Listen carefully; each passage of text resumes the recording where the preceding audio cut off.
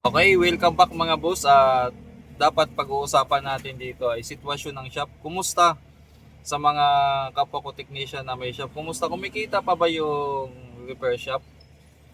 O kumusta yung mga katulad kong technician na may tindahan din o repair shop? Kumikita pa ba kayo sa pyesa dahil marami ng online? So dati, marami mga electronics to sa mga probinsya, sa mga malayong lugar na yung pinagkukunan ng pyesa ay sa raon lang, wala pang online noon. Kaya maraming mga shop na may tindahan na kumita talaga ng gusto kasi sa pagkakaalam ko mga boss time something something yung presyuhan nila. So ito ano lang pag nabili sa raon minsan yung pyesa sa halagang 40 pesos, parang naibibenta ata nila ng 200 plus. So ang laki ng tubo, no? O hindi natin papangalanan kung saang shop ang gumagawa ng ganon. Pero ang pag-uusapan natin ngayon ay uh, on the spot reaction sa mga nag-comment. Yan, si Uyo TV, totoo yan idol. Magbabasa ako ng mga comment or yung mga responses dito sa yan. Yan. Ako sabi ni King Tan, ako need ko na paayos master volume ng concert ampli ko. So madali lang naman mga boss, kapag volume ang sira, mas madali lang palitan yan. Reply natin, sabihin ko sige po, punta kayo sa shop. Sa shop. Yan. Okay. So basa-basa tayo ng mga nagko-comment at sa mga dito nga pala sa Basic Bob Reacts ay may tigyawat pa ako. Ay late na tayo or konti lang o hindi tayo gaano nakakapag-upload gawa ng naging busy tayo sa repair at walang gaanong wala gaanong may content. Siguro walang sapat na oras para kaya ito ginagawa natin ng reaction. Ito. Ang tanong, tama lang ba speaker ko? 400 watts left and right. Sa 1,000 watts na amplifier, pang bahay lang naman. Kung marunong ka mag-operate ng amplifier, alam mo yung limitation ng speaker mo, alam mo kung hanggang saan ka lang pwede magpihit. Pwede mo gamitin yan mga boss. Wala namang wala namang setup na eksakto talaga eh. Either mas mataas ng konti yung amplifier, mas mababa yung So pinagtatalunan yan. Ito na lang siguro gawing topic natin para may content tayo. Ano bang mas maganda para sa inyo mga boss? Ito ay itong gagawin natin ay hindi lang opinion ko ang papakinggan nyo. Magbibigay lang ako ng opinion ko o suggestion ko. Ngayon, alam ko may mga viewers din ako dito na mga matatandang technician, mga master, mga eksperto pagdating sa audio. Mag-comment rin kayo, magbigay kayo ng insights nyo, ng opinion nyo. Hindi lang po yung opinion ko ang masusunod. Kumbaga, magbibigay ako ng sarili kong opinion, pero hindi yun absolute na yun lang ang mismong susundin. Yun lang yung tama. So para magkaroon tayo ng healthy discussion. Okay. Magandang topic to. Ano bang mas maganda? Mas mataas ang watts ng speaker sa amplifier or mas mataas yung watts ng amplifier versus speaker? Isa sa pinakalaging topic yan dati hanggang ngayon na nagawan ko na rin ng video yan mga several years ago, siguro mga 2021 ganon. Pero bago ko ginawa ng video, nag-research muna ako.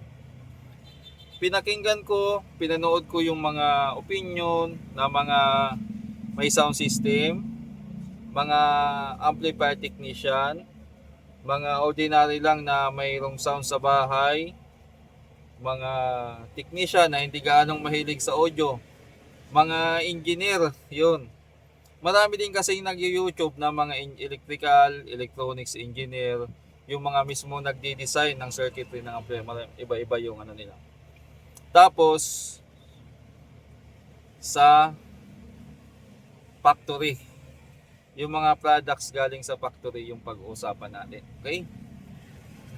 Katulad nito, ano bang magandang example natin? Mamaya na. Una, doon sa base sa observation ko, ito ay hindi ko opinion. Base lang sa nalikom ko na data, marami nagsasuggest na mas mataas dapat yung wattage ng amplifier versus sa speaker. Halimbawa, sample lang to. Kung yung amplifier mo ay 500 watts, kailangan yung speaker mo mga 400 pababa. Yung tinatawag nila na 25% mas mataas yung power ng amplifier versus sa amplifier. Mas marami nagsasuggest na ganun. Okay? Ayon sa kanila, hindi lang isang tao nagsabi, mahirap kasi no. Sasabihin, asan yung patunay mo? Basic ba? Wala ka namang ano eh. Yun naman ay kung i-gather ko pa yung madadrag natin yung iba no. Pero panoorin nyo lang sa ibang mga vlog at maintindihan nyo yung sinasabi ko. Dapat kasi mayroon akong supporting documents na ito yung ito yung data. Dapat mayroon ganun no. Pero nasa inyo na lang yan kung maniwala kayo sa sinasabi ko. Kumbaga lang naman to eh. Personal opinion or base sa napanood ko. Ayon sa explanation nila, majority nag-agree na mas mataas yung watts ng amplifier kaysa sa speaker sa kadahilanan na mas mapapangalagaan daw na hindi masisira yung amplifier at hindi rin masisira yung speaker. Ganito yung reasoning nila.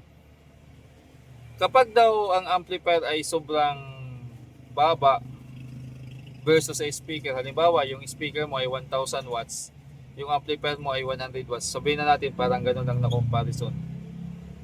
Pag nagkaroon daw ng pag dumating daw sa clipping stage or distorted na yung audio, magkaka-DC out, doon daw nasisira yung speaker. Kumbaga sa madaling sabi, yung amplifier na mas mababa ang watts ang mas madalas makasunog ng speaker.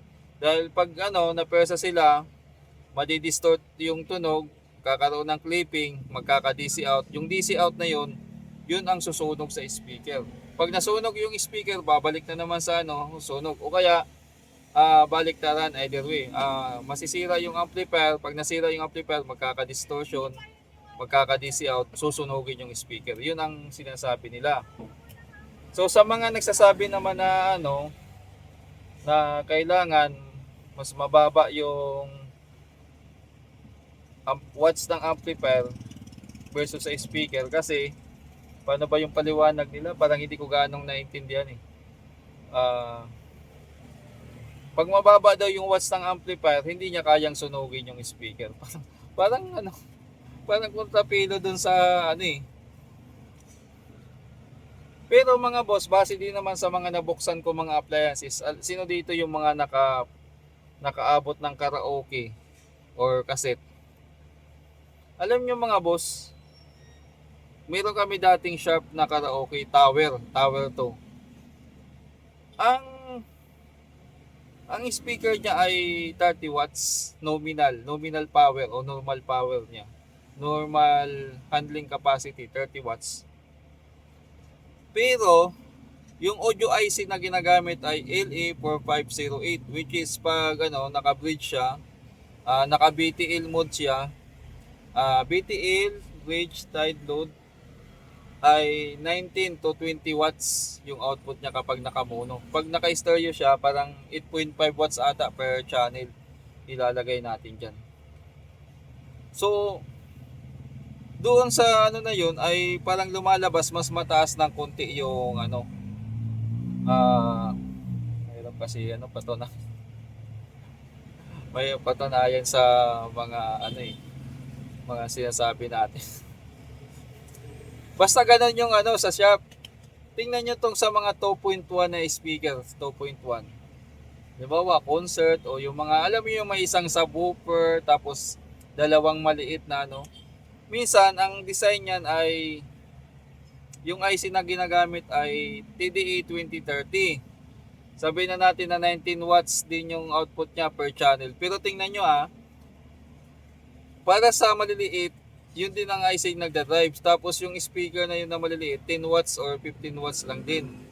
Tapos yung sa sub naman ay 30 watts yung speaker na yun. 30, 20, 30 watts. Tapos yung IC yun pa rin din naman. Parang kontrapelo din, no? Mga medyo magulo mga boss. Ngayon, magbibigay ako ng opinion ko. Mataas ang speaker, mas mababa yung speaker. Mas mataas ang watts ng amplifier, mas mababa yung watts ng amplifier. Para sa akin, hindi na nagmamatter eh. Kumbaga, kahit alin dyan, as long as marunong ka mag-operate, alam mo yung ginagamit mo, alam mo yung strength and weaknesses ng setup mo, mapapagana mo ng maayos nang hindi nasisira. Minsan, ang pagkasira ng amplifier at speaker, minsan hindi sa tatag o sa ganda ng quality ng appliances o ng speaker, minsan nasa gumagamit, kaya nasisira. Kahit perfectly match yung speaker at amplifier mo, kung yung gumagamit ay hindi marunong, masisira. Same goes din naman on the other side. Kahit hindi perfectly match yung setup mo, kung ang gumagamit ay marunong at malalim yung knowledge at karanasan pagdating sa pagsa-sounds, hindi niya masisira. Hindi niya masisira yung ano. Ganun lang kasimple yun. Ang basic na reasoning dyan, kapag dito sa shop, kahit anong amplifier, iba-ibang watts naman yung amplifier na ginagawa ko dito. Tingnan niyo itong logic mga boss ha. Yung ni-repair ko, power amp, integrated amplifier, iba-iba po yung watts niyan, iba-iba yung power, di ba? Pero yung pinang-testing ko na speaker, isang klase lang. Di ba? Kasi kung required talaga na kailangan specific na sundin natin yung hindi sana, ang dami ko ring set ng speaker na pang-testing. Pero, mapapansin nyo, ang dami kong ni-repair ng amplifier, paiba-iba ng model, paiba-iba ng lakas. Pero yung pa-testing ko na speaker, isang klase lang. Di ba? O, sasabihin, pinang-testing mo lang naman, hindi mo naman ginagamit. Take note, ginagamit ko rin ng matagal. Kaya lang, ang kaibahan lang, alam ko kung hanggang saan lang ako pipihit na hindi masisira yung speaker ko, na hindi rin masisira yung amplifier ko. Kumbaga, alam ko kung paano ang pihit. Siguro yun ang pinaka-importante mga boss. Tamang pihit. Yun ang siguro ang pinakasusi doon. Mga boss, tamang setup, tamang tuning, tamang tuning siguro. O tamang to. Kasi tingnan yung logic ha. Iba't ibang amplifier yung ginagawa ko, pero yung speaker ko isang klase lang naman. Pero hindi nasisira. 'Di ba? Pera lang pera lang yung may ginawa kong may DC out na hindi ko na malayan. Yun naman ay kapabayaan ko. Nasunog yung speaker. Pero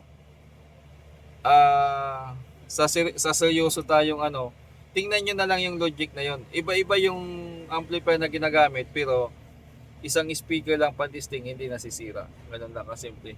Kaya sa mga conscious yan, or mga baka isipin nyo, ay, baka hindi match yung ko. Kaya ganun. Wala lang ata sa tamang pihit yung mo, setup mo. Lahat ng gamit, speaker man yan o amplifier, mayroong sagad yan, mayroong hangganan yan kung hanggang saan ka lang. Mayroong mang hindi. Ngayon, pag hindi mo alam kung saan yung boundaries mo o boundaries ng mga appliances mo, doon na kakaproblema. Halimbawa, yung speaker mo, ang handling niya ay 100 watts lang. Ngayon, sinusuplayan mo siya ng sobrang 100 watts pataas na hindi niya na kayang i-handle, doon na siya masisira, di ba? So kung yung amplifier mo naman ay 100 watts lang, tapos pinipersa mo siya na maglabas pa ng sobra sa 100 watts, doon nagkakaproblema. Yun siguro mga boss yung tawag dito, masasabi natin. Yun lang. So sana may May magsasabi naman, ang daldal mo, ang dami mong sinasabi, wala namang ano eh. Pero kung nakinig ka ng maayos, sigurado ako, may mapupulot ka. Ganun lang, simple. Mga boss, magandang gabi, magandang hapon, magandang umaga, kung anumang oras nyo pinapanood ang video na to. At God bless po sa ating lahat.